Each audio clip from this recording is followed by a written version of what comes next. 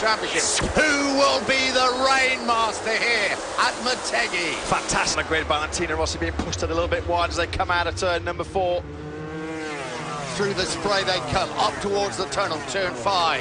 This is where a lot of oil was dropped and why we were so late starting in Moto3 warm-up.